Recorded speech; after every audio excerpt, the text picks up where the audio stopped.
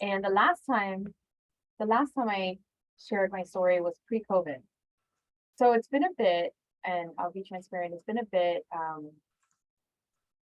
since I did sit down and kind of in a group talk about my past and my experience as a kid in foster care, and then what aging out looked like, and then going into adulthood and now where I am professionally. Um, by the way, I'm also at my office. We had open house, and so forgive me if you guys do hear some background noise, but I hope it's not too loud. Fine. Okay, perfect. And so, my story, I realized that also I'm a mom. My son is 11 months old, and I think that my perspective of life has also changed tremendously since becoming a mom. And so I think even how I look at my story is different. And so I think that every single time that I've shared my story, because I know the foster care network is small, and I know people have heard my story different times, possibly at different luncheons or functions that I've spoken at, I've always kind of come at it in a different angle. And it's also helped me share. It's been a bit of a cathartic and healing process as well. So I think that today will be the same, but if I kind of jump around, just bear with me as I kind of bring back all the pieces. I really haven't sat and just been pensive about it. So this is sort of a fresh start for me and for you guys too. So, but it's a pleasure to be here. Like Eric said, I guess it feels so odd to hear that long bio. I wrote the bio, it's true, but it's so odd to hear somebody say it. There's a lot of like labels in there, and so and titles and things like that. But I'm here to talk to you about one that I fought with a lot, and then like owned, and that's the title of foster kid, right? And in time, I learned to say I was a kid in foster care, but for a while that was a big sort of thing that I wore here, and all over, and so it was very evident. So I'll start at the very beginning. I was born in Venezuela. I came to the United States when I was 6 years old. I'm the youngest of four girls. And we came to Miami on a visa, a tourist visa, and never went back. We did the illegal thing. And my family, my dad was a visionary. He saw the country just really struggling. And so he wanted to bring us over from Venezuela and give us the opportunity to learn English and really live in a country that has freedom, and gives freedom to those who really strive. And so I remember just moving in, and we had like 6 of us living in one room. And I was actually just talking to somebody about the immigrant experience. And I don't know, however, how many of you come from immigrant families, but I know in Miami, it's a big percentage of population here. And so if you ever experience that, one, not knowing the language is difficult, and two, not really being financially sound, we left all of the property that we had in Venezuela, and there was no way we can bring it back. And so we started from zero. And I lived with my parents on 8th Street and 120 something. There's like a trailer park there. We finally were able to purchase our own double wide trailer. And we lived there for a few years until the call, as I call it, the call happened, right? My father's mother, bless her soul, she's passed away now, Edith, made a phone call to DCF and said that there was abuse in our home. And I'll be as candid as I can in this call, because I realized also, as I shared my story from the age of 18 and on, I sort of felt like I needed to protect people and then like protect the system. But I realized that there's power in my story and being able to just be raw and really honest, so that we can fix the thing. And I know that you guys are all champions and fully involved in this with your heart. And so my hope is that in the rawness, you're able to see spaces that need healing and fixing. And so my grandmother in 1998 called DCF and said there was abuse. The story, the way that I've learned it, come to find over time, was that my parents owed my grandmother money, and over $500, she decided to scare them and call DCF. Little did she know, I believe at that time, the system was like in a safety at all cost mentality. And if you've been around foster care, you know that pendulum kind of swings, and there's like over correction, and then there's judges who have very different views on TPRs and reunification. So we happened to be on the safety at all costs season, and we went into foster care. A PI investigated. There was just, from our family, I kept saying, there's no abuse. I've never been abused. I love my dad. I love my mom. I was 10 years old. I had lived in the country for 4 years, just started learning English. My parents didn't know any English. We were very, very low income, living below the poverty line, and were placed into foster care. We're 4 girls. My 2 older sisters did not go into foster care. They were already over 18 or about to be 18 within months. And so they were not removed from home. But my sister Veronica and I were. Veronica was 12 and I was 10. And so I had conversations with my sisters about the survivor's guilt, right? That feeling of like, oh my God, how they had to grow up so fast seeing my parents suffer, having the 2 youngest children removed from the home. And Veronica and I were thrust into the system that, I know we talk about removal and putting a kid into a shelter, and I know the system has actually changed, and we try to even have a place or a family member or a foster home already ready to go before removal is done.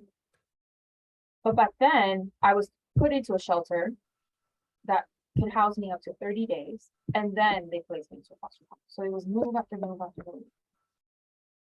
And I moved around 14 times over 8 years in foster care. And I count that 14 times, not that I lived in 14 unique foster homes, but it was transition from foster home to Gladstone Center, back to another foster home, back to Gladstone Center, foster home, back to, and so that is a break in continuing education. It was a challenge in maintaining friendships, trust, and there was nothing appealing about packing my stuff into plastic bags. If you've been around foster care long enough, you know that kids pack their things into plastic bags. I know that there are amazing groups now who are dedicated in ensuring that no kid has to pack their stuff into a plastic bag, and they have a duffel bag for them. But it's just even sad that you have to continuously move. And so I grew up in care, understanding that there was nothing that had happened to me. And yet my judge believed that something happened.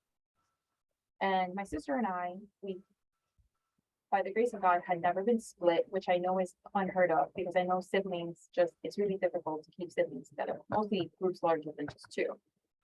And maybe that was a blessing that my other sisters didn't come in, because we would have been split. But my sister Veronica and I, whenever we separated from one another, and we spent my 8 years, she's older than me, together, going from foster home to foster home. Yeah. I have mine, sorry. Okay. And so, and I'm sorry if you want me to kind of go one way or another, chat it in, and I'm happy to dive in there. But I'm like reliving it all again, thinking about it. At the age of 13, my judge, I don't know if I should name my judge. You guys probably figured out by the time I end the story, but my judge basically came to me and said, hey, do you want to be adopted? Basically, the push was to TPR my parents. She refused to let anyone close to kin or anyone from our church take us, and instead of having us in foster care. And she said, do you want to be adopted? You're getting too old. You're getting to that age where I guess after 13, it's really hard to get adopted. And I said no. And I immediately realized, oh, that means I have 5 more years in foster care. And I said, no, I have a mom and a dad, and I will honor them. And the most insane part of it all was that we had caseworkers and therapists who engaged with their family in visitations and sessions and all of that saw the unity and like the close-knitness and the love that there was in my family. They were just dumbfounded as to why we were not being reunified. I'm still friends with some of them, and they like left casework work because of that. Nadine Roll has known me since I was 13 or 10. There's family in the people that I've met through the system. And there are people who left because of that frustration of understanding like this is not right. right? But there was never, according to my judge, clarity. Our case went all the way to the appeals court for the state of Florida, and it basically like got a no, like no answer. Judges said there's not sufficient evidence here, and then other judges said just in case. That was basically the response. And so just in case was 8 years of just in case. And I did my best to honor my family. I did my best to behave. Of course, I was a teenager and I missed my curfew and I did things that I wish I would have seen were like signs of obviously like the foster kid. But I realized, I remember thinking, I wasn't abused. I wasn't physically harmed. Like I didn't feel foster kid enough. I remember having a conversation with Nelson, who's my mentor, and one of the reasons why I'm a professional fundraiser. He started telling me like, just being in foster care is a trauma in itself. Because removal, that causes trauma. Every single time you get moved is trauma. And so I started to come to terms with my story and understanding that even just the experience of foster care and having people break my trust, having foster parents or a foster dad completely cross lines and boundaries that were not safe for a child. Those things I did experience. And the trauma did cause impact in my life and my mental health and how I lived my life after foster care. But I did my best, and what I remember telling myself, and I learned this afterward, like in my mid-20s, was I remember keeping it together for the sake of not giving our judge a reason to believe there was some abuse in my home. I was like, I'm gonna be together because I need to make sure that they know that I came from a good home, because I did. And so at the age of 18, on my birthday, because if you don't know this, like every single kid that's about to age out, right? I've been put through the long-term, or as they call this, oh God, what's the name? Somebody can unmute yourself if you know it. It was there was a specific name for kids who were in foster care long-term. It started with a V or something. I can't remember now. Extended foster care? No, extended is after 18, but it was another label that was given to kids who were going to be in foster care long term. They'll come to me. And so I knew I was on that track. I knew at the age of 13, there was just like no way out. It didn't matter if my older sister, Karina, who had turned 25 when I was 15, bought a house, got married. They told her, we know that that's not true. We know that you don't have to be married and you don't have to own a house to take care of a family member. But they told her you need to be married and you need to buy a house to prove. She went through all the steps and still was denied my custody. And so my sister aged out. She's 2 years older than I. So at the age of 16, Veronica ages out. And I'm in foster care by myself. I lived in Vizcaya. I lived in a studio with another foster sister. At the age of 16, I was making my own dinner. We had a stipend of $50 a week to go grocery shopping. We had to come back to Miss Pura and show her the receipt and like explain why you bought what it was. And so I grew up very quickly. It also is a thing that helped me become a financially savvy individual, and I am completely put together when it comes to my household, which is a complete benefit to my husband. But it was one of the things that I realized is that kids don't go through that. They still have a mom and a dad to cook them chicken soup when they're sick and still take care of them. I didn't have that. I couldn't have that. My mom wanted to do that, but I couldn't have that. And so on my 18th birthday, like every other kid who's about to age out, they go to court and they go and see their judge. And they do like their final day in court. And I remember my judge said to me, like, I can help you go. I only applied to 2 schools, West Point Military Academy and Florida International University. I'd gotten into West Point. I had a senatorial nomination and I'd gotten in. Wow. Yeah, but I realized, gosh, 8 years out of home, I would have been 4 years at West Point. Plus, you're required to do 5 years active after college as an officer, and then 4 years reserve. My mom would have gotten to know me now at 31 years old, 32. I would have missed my full 20s with my family. Yeah, I probably would have been in a completely different career and place and in anywhere in the state. But I realized that my community, my Nadine, my Monica, my Michelle, like those were my community, and they were here in Miami. So I declined West Point and I stayed at FIU so that I can stay close, because I realized if I didn't stay close, I was going to just be like a dinghy lost in the sea and like not have an anchor. And they were my anchor. So I know we complain about systems like, oh, why do we send kids to going to the office and pick up their road to independence check, the monthly stipend? We used to have to go into the Charlie office, right, all the time and pick up the check. I love that. Oh my God, I would do my rounds and go around the cubicles and go say hi to everyone. It just made me feel like I was loved. And it's awkward, right? Like your family is people that get paid to take care of you. But in its own awkwardness is what helped me stay together, right? And so I say that because as we think about how you can, again, mentorship for me was a key part of my together, like keeping me together. And so my judge says, I can help you go, like you deserve to have a college experience. And I said, forgive me, but I've lost 8 years. I'm gonna go back home. And the day I turned 18 on October 6th, 2005, I went right back home to my biological parents and tried to restart a relationship. There's nothing so, I can imagine having an 11-month-old baby now to think like I missed 8 years of his life and that I don't know this human being and now is living under my home, in my roof. And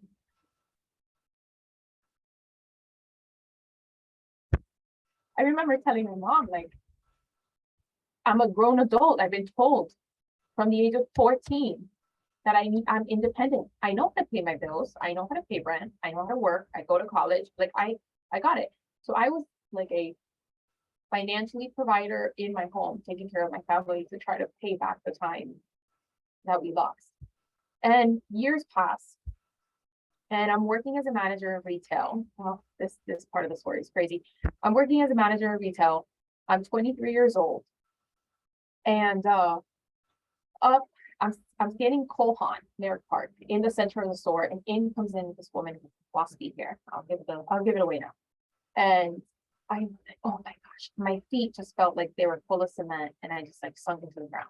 This person, I know this person, little spectacles, and I see her walk to the back where the women's shoes were. She's looking at some shoes. I go up to her and I go, "Excuse me, ma'am, are you a judge?" She goes, "Yes." And she kind of like looked back. And I said, "I think you're my judge. What's your name?" She goes, "Liederman."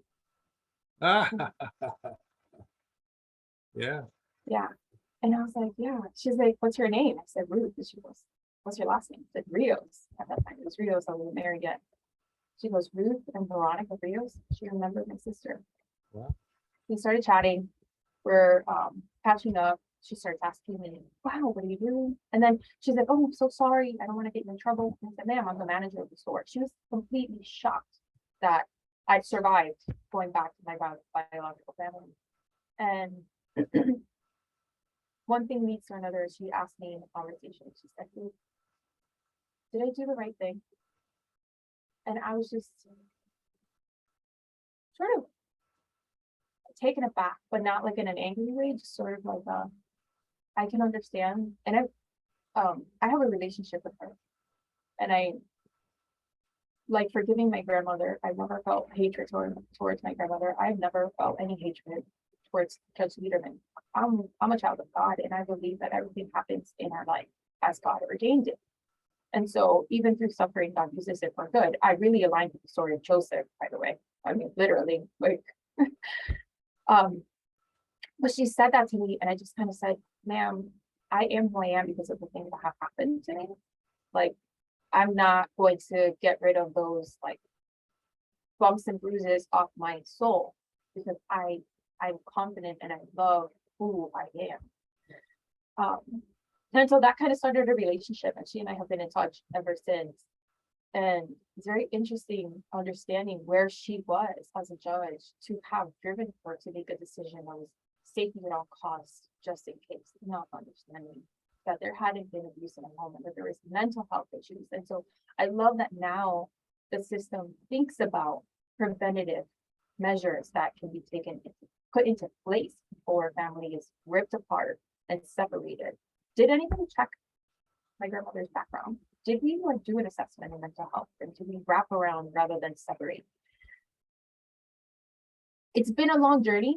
I'm 34 now. I'll be 35 in October, and it's interesting. I think I dealt with post foster care very, very different than my sister. I don't believe that she's necessarily had the same journey of healing like I had. I used the fundraiser stage as my therapy, as my healing. And every single time I shared my story, even today, it's been more open, and actually I've had a lot more time to share it.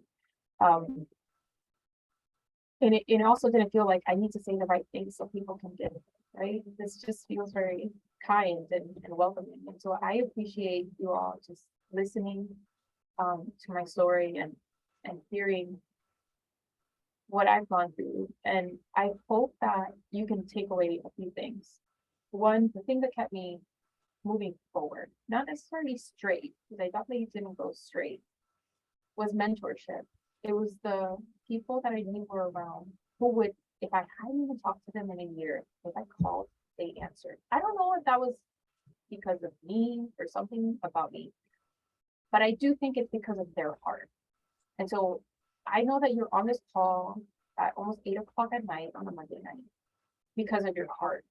And so one of the appeals that I have for you as you work with this organization and the community as a whole is to use that heart and lean into teens and to helping young adults who age out of foster care with mentorship. And it doesn't mean you need to be some professional who provides like training. It's literally just a phone call and helping guide.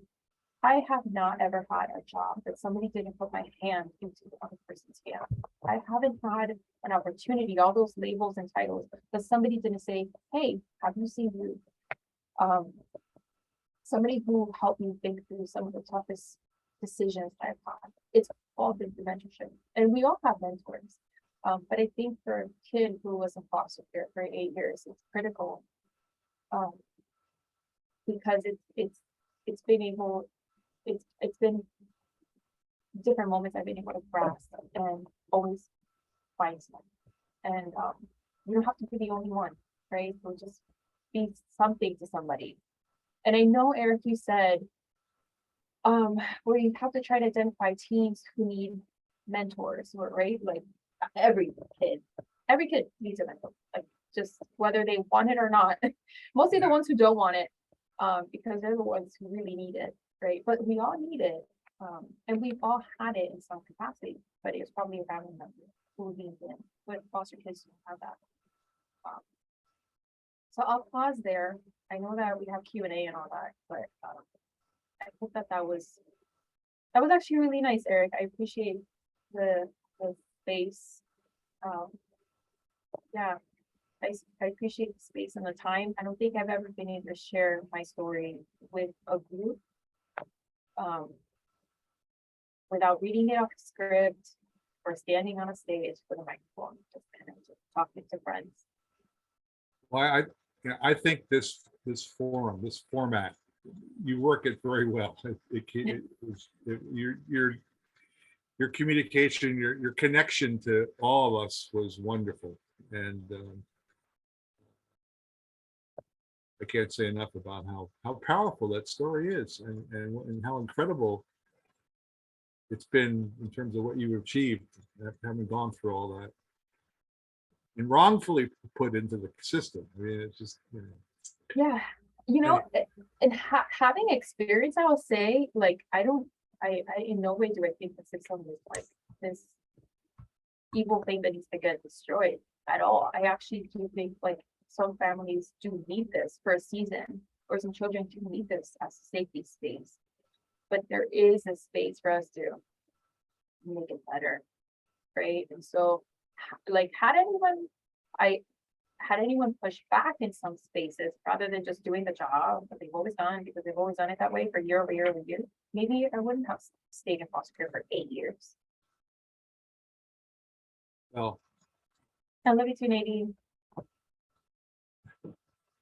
you have, if you go on your chat, you've just gotten a series of positive comments, and a lot of folks are sharing how much they appreciate your talk.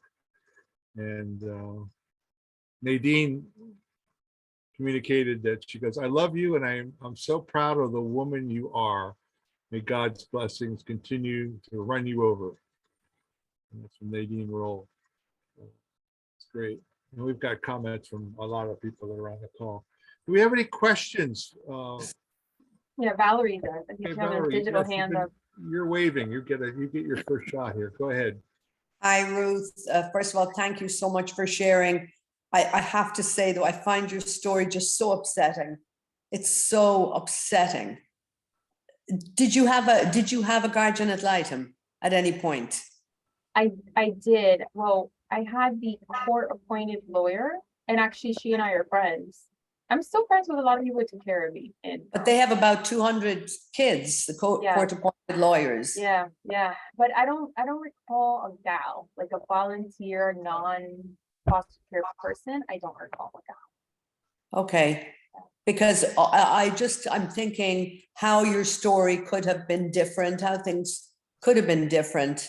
Maybe if you had been more involved with somebody who was just one-on-one with you. A guardian ad litem has 1 or 2 kids maybe, and maybe could have made things different for you, but it's really disgraceful. It's just so upsetting. But Yeah. congratulations on how everything has turned out for you. Thanks. I mean, I will say it's turned out the way it needed to. I think that the reason why I'm still involved in this, and why if somebody invites me to be on a board for something related to foster care, like I'm there because if that's the space where I could create change, then I will be there. But I feel like maybe that's why I went through it, so that I can push. I always tell my team, so I go into places and I fix things and I create processes that are seamless and efficient. And so I walk around with like an invisible little hammer, and I just like break everything and kind of put it back together in a more sophisticated way. And so I'm trying to do that one conversation at a time, trying to figure out how to get to the right people, to get people to hear things that need to change. Like, have you ever thought about creating panels for termination cases? I know we have roundtables, and like, how can we push back? Like, had my judge not been so gung-ho on CPR, maybe she would have been a little bit warmer to the implication and given the 30 people who lined up to take us in a chance. Rosie Perez, you had a question? Rosie Perez Lacayo. You got to get off of mute. There you go. Hi, yes, I got it. Well, first and foremost, Ruth, thank you so very much for sharing your story with us.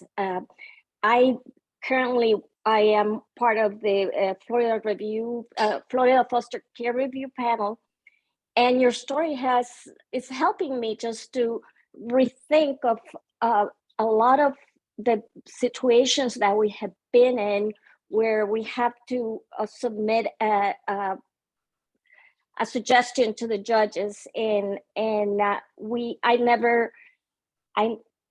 your story is helping me realize that there is more to it. Not only what I do, but what everybody in my panel does. It's so important, because that is the decision that the judge is going to make after our review. So thank you so much. I am very proud of you, even though I don't know you, but you touch my heart, and I just wanted to congratulate you for all your achievements and sharing your story with us. It's been important to me to have listened to it today, and thank you. Thank you, Rosie. I have to Thank say, you. and I always struggled, Valerie and Rosie, with people who tell me congratulations on what, doing life, right? Because I was very much like a pull yourself up from your bootstraps kind of gal, self-sufficiency. But after postpartum and, you know, realizing mental health issues are real, I realized like, yeah, like I could be in a different place, right? So thank you. I appreciate that. And I know, Candace Mays, she's, um, she was the court appointed lawyer who was on my case, and she's a great friend and a dear mentor and just so many really good things, so. Okay. Someone else have a question or a comment or whatever? Or wave so I can see you.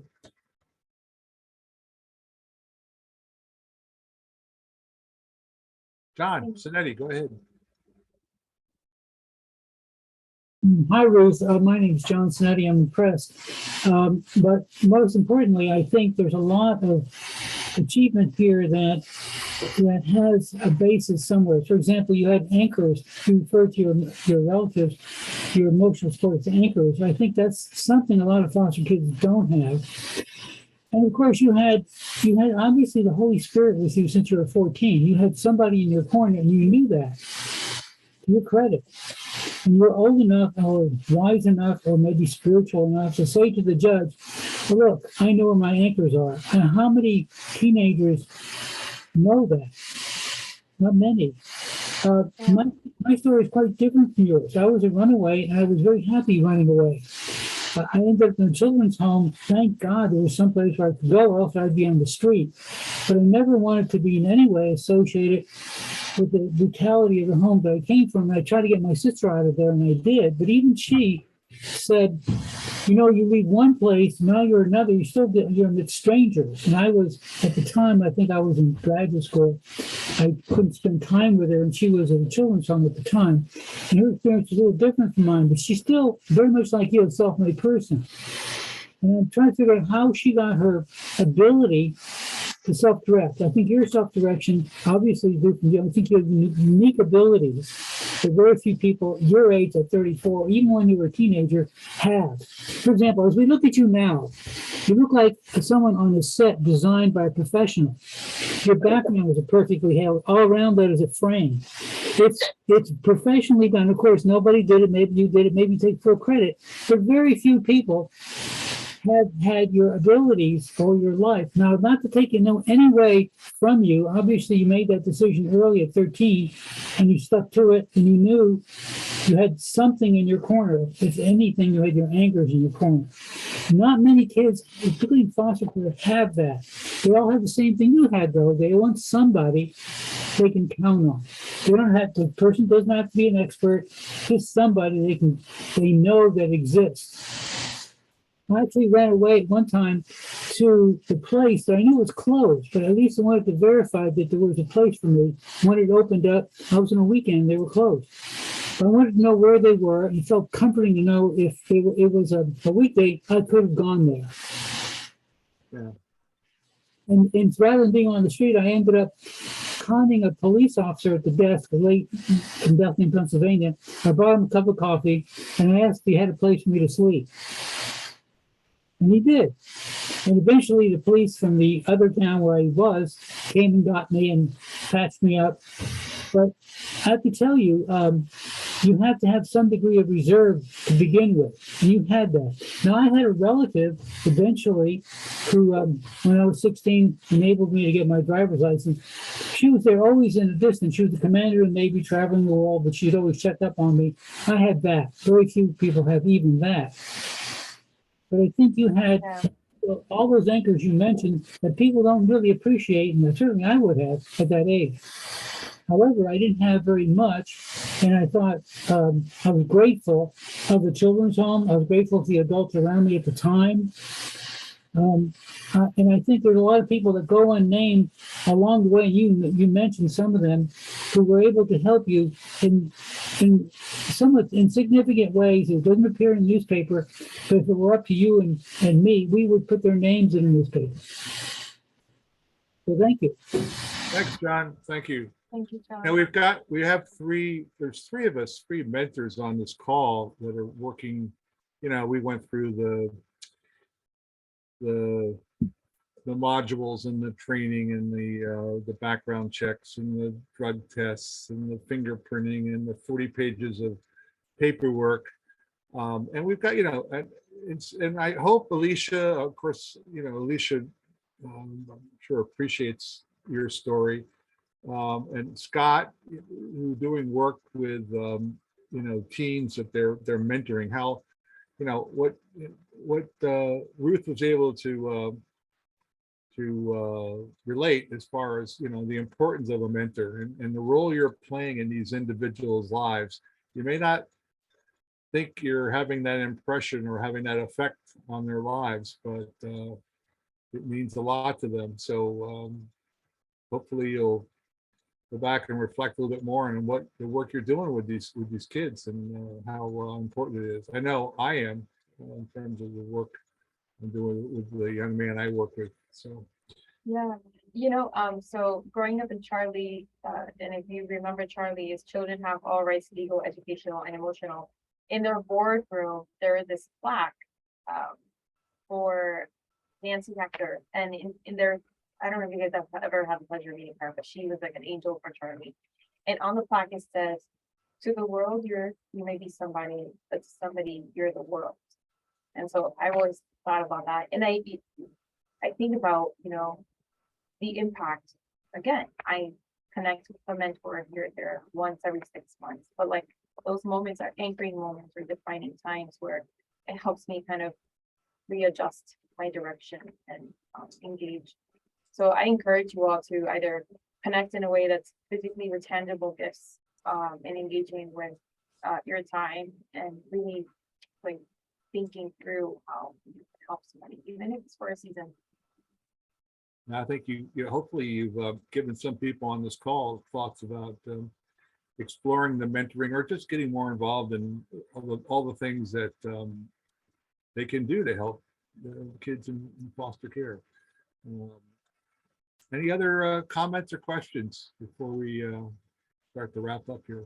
Susan, go ahead. You're off. You're on mute. You're on mute. Go. Turn off your mute. There you go. All right. Okay. All right. I just wanted to say thank you to Ruth because I think it's so amazing how she has turned out and what it really is a very disturbing story. I'm in the training now for the foster care review. All right. So, all right. So I think that her story, that's very, to me, I've only done one training so far. We have to go every week, but I will find it extremely helpful just to see how the feelings and what you went through. Hopefully in this day and age, that would never happen. I can't even imagine that somebody being in foster care for, well, in your situation, what happened. Anyway, thank you so much for sharing. You're really very amazing. Thank you. Thank My you, pleasure. Susan. Congratulations on being part of the Florida Foster Care Review panels. That's, Good. Yes, I'm really excited about it. That's great. That's wonderful. You're joining Rosie Perez and Karen Franklin. So we have three of you guys on. A very, very selective group to be part of those panels. So congratulations. That's amazing. Thank you. I was gonna say one of the, if I may, Eric, one of the Sure. things that I learned over the pandemic, right? Because when COVID happened, everything shut down, and then kind of people started creating ad hoc meetings and groups to keep the conversation going and the work going and figure out where the need was. And one of those, it was sort of like an offshoot from the CBC Alliance with Kiwi Stewart and Natalia Golindano, and then why am I forgetting her name? He works at the Your Law Clinic. I can't remember right now. And so it was all about DEI, but really about racial and equity in foster care and understanding like how the system itself creates inequities and will look at one family more stringently than they would another based on race or socioeconomic status, right? And so I would always say like poverty is not a reason to go into foster care. One, more Black kids going to foster care than white kids, more immigrants also, right? And so then like my parents did not know English. My parents were also very vocal Christian in a courtroom that was being led by a person who was not a Christian. And so she would say things that were anti them and not supportive. And so one of the things as we do the work and as you guys are doing these reviews and these panels, thinking about how we present ourselves with our bias. I've heard people say like, oh yeah, those teens, like, no, but teens are also kids and they're probably misbehaving out of pain, right? And so it's like, just understanding yourself and your own story and like what your story, like your origin story is, and like well, your upbringing. How do you relate to your dad? How do you relate to your mom? Like those things will create a filter on how then you perceive the world and how you then relate to foster kids. So when you're doing the work, also kind of check your own baggage and your own self so that you understand how you're showing up, because we show up from our own personal story. And so like I remember that being part of a conversation we were having, a racial equity conversation with TV about how the system, how people in the community, for example, need to be the ones that go into the homes. And that is not the first thing that a cop or a PI going in. There's a bit of a warmer touch because all of those things impact how families are treated from then on. And so I know we say like, oh, back then it happened and it can't happen now, but it still does in its own way. It still does in its own way. And so whatever role you play in the system, whether it's a review, understanding like biases really do take a toll in decisions. And we're all humans. So if you're a counsel for an agency and you're like pushing and you have like 50, 100 cases, like what kind of level of depth can you give each case? It's still a human being being impacted, right? And so just remembering the human that's in the paper, just like that stuff with me for sure. And that's a very important part. I know when we were in the training for the Guardians, we actually had some exercises, part of one of their chapters on interacting with the family. And remember Valerie and Alex and I'm sure Alicia and Joanne, you remember the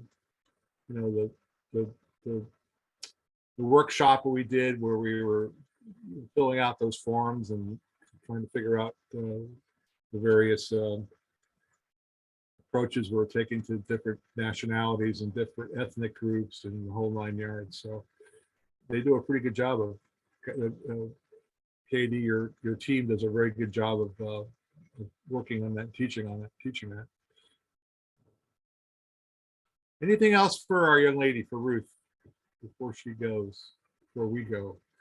I want to thank her so much for joining us tonight. And I just, you were able to emotionally connect with all of us, and you were able to really have an impression of all of this. And I think it was great that the message was received by all of us. It was wonderful. So we did record this tonight, so we'll be able to hopefully all you would give us permission to be on the recording. We didn't ask ahead of time, it's my fault, but we're on the recorded so we can play this for I know a number of people tonight wanted to hear Ruth, and friends of hers, and also people who wanted to hear her couldn't be here tonight. So we asked her if it's okay if we recorded this tonight, and so we'll be able to give that back to you, Ruth, to use as you see fit. And again, it was a very powerful message. Thank you so much.